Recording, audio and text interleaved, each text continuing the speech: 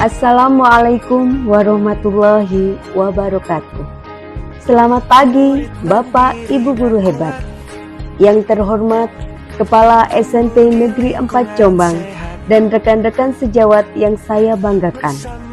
Di pagi yang cerah ini, saya, Haryanti dari SMP Negeri 4 Jombang, merasa sangat antusias untuk berbagi praktik baik yang telah saya terapkan di kelas bimbingan klasikal. Praktik baik ini berfokus pada pengembangan sosial emosional peserta didik, khususnya dalam aspek kenali potensi dan kelola emosi. Kita semua tahu, tantangan terbesar kita bukan hanya transfer ilmu, tetapi juga membentuk karakter. Peserta didik yang mampu mengenali potensinya dan mengelola perasaannya adalah peserta didik yang siap menghadapi masa depan. Mari kita simak bersama perjalanan saya dalam menerapkan praktik baik ini. Sekolah aman dan nyaman dan juga menggembirakan. Assalamualaikum warahmatullahi wabarakatuh.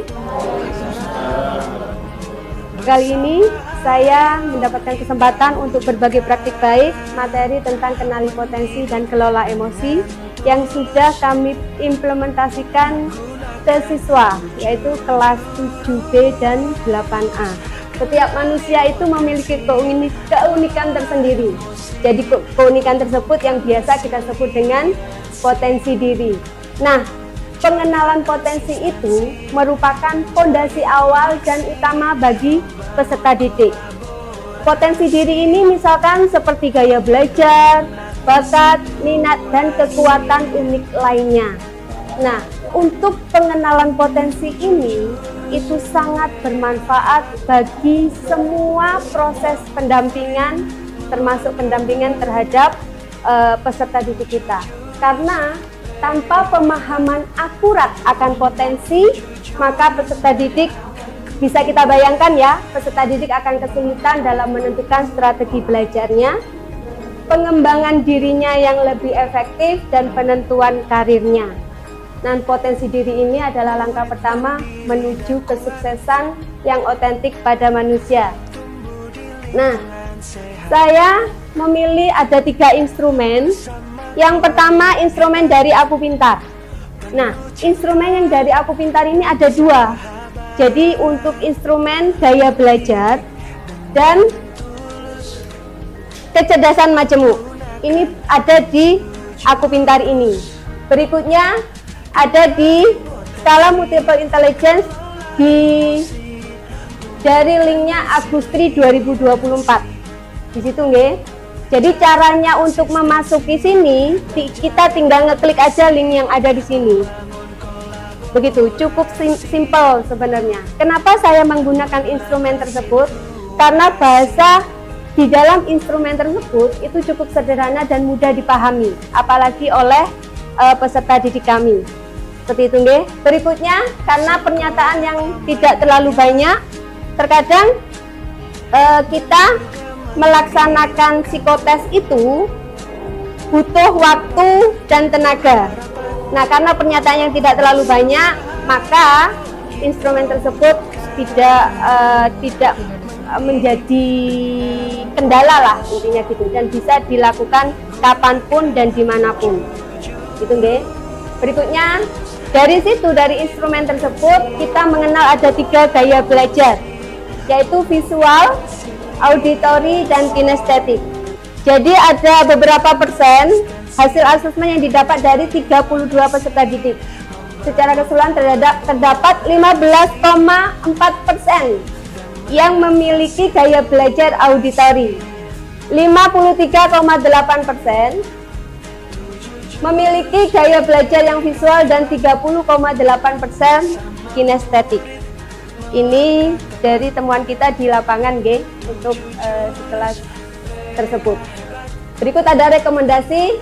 Saya mengambil sampel mawon, ada 10 siswa di sini dengan rekomendasi hasil asesmennya. Instrumen yang kami berikan untuk melihat anak-anak, untuk memancing anak-anak agar bisa mencari sebenarnya dari kalau hasil dari kecerdasan yang sudah ada, itu cita-cita apa yang sama dengan kecenderungan kecerdasan yang sudah tampak dari hasil dari instrumen yang diberikan. Dan anak-anak juga memilih ekstrakurikuler yang relevan dari kecerdasan yang dimiliki. Begitu nggih.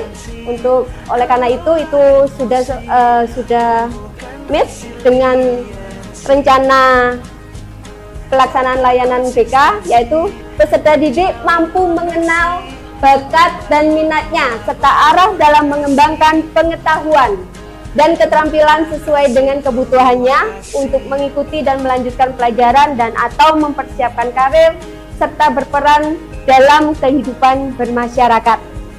Berikutnya, bimbingan kelompok itu bisa dilaksanakan agar lebih memahami lagi tentang materi yang diberikan, dan konseling individu bisa dilaksanakan bila ada peserta didik yang masih mengalami kesulitan dalam mengenali potensi itu tadi.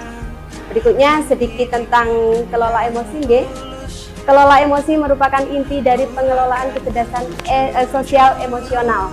Jadi kemampuan yang mengelola diri yang menyangkut kemampuan untuk mengatur emosi, pikiran, dan perilaku secara efektif dalam situasi dan kondisi apapun. Dan hal tersebut termasuk dalam social emotional learning. Itu semua ada dalam konsep social emotional learning. Di dalam konsep social emotional learning itu ada 5 tahap setidaknya di sana, yaitu yang pertama adalah self awareness, menyadari diri. Yang kedua, mengelola diri, self management. Berikutnya ada responsible decision making, jadi pengambilan keputusan yang bertanggung jawab. Berikutnya ada tampil berelasi, relationship skill. Kemampuan dalam memahami perspektif yang berbeda, empati terhadap kondisi individu dengan latar belakang yang berbeda. Untuk elemen berikutnya ada dari konsep sel itu ada juga elemen MC kuadrat.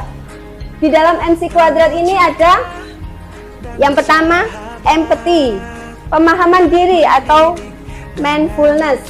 Yang ketiga ada bela rasa atau compassion, membatasi perasaan terhadap orang lain sehingga dapat mengurangi personal distress akibat respon yang berlebihan.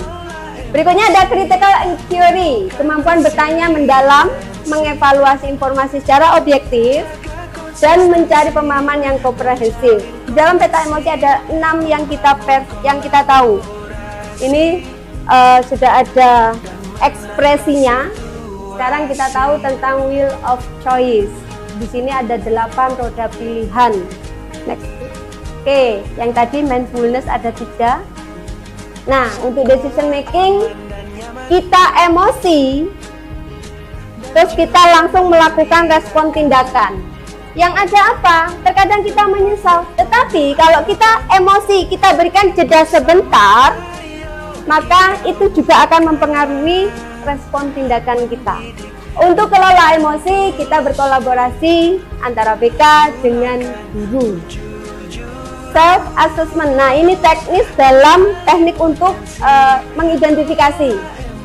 Untuk peer assessment-nya misalkan keterampilan hubungan, bagaimana kita berkolaborasi dan berkomunikasi dengan teman misalkan. Oke, dari hasil identifikasi kompetensi sel yang sudah saya laksanakan, menyimpulkan bahwa peserta didik di kelas 8A banyak yang mampu mengendalikan emosi dan mengungkapkan perasaannya pada orang lain serta mampu bertanggung jawab atas keputusan yang dibuat.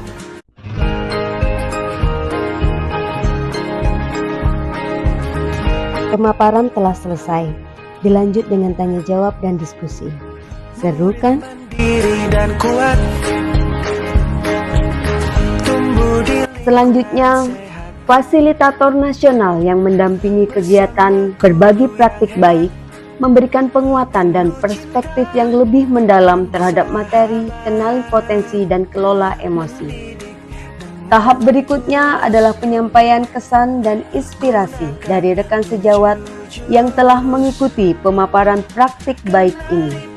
Dan inilah testimoninya. Tumbuhkan resiliensi.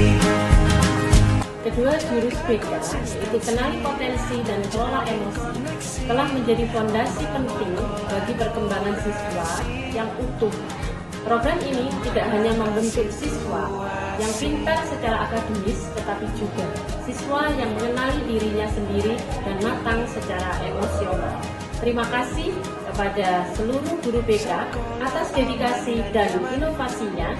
Semoga program ini terus dikembangkan dan memberikan manfaat yang lebih baik lagi bagi seluruh warga sekolah. Terima kasih. Potensi, kelola emosi, tumbuhkan resiliensi. Terima kasih atas perhatian dan kesempatan yang diberikan. Mari kita terus bergerak dan berbagi untuk kemajuan pendidikan anak bangsa. Salam hebat. Wassalamualaikum warahmatullahi wabarakatuh. 7 jurus yang akan ku ingat.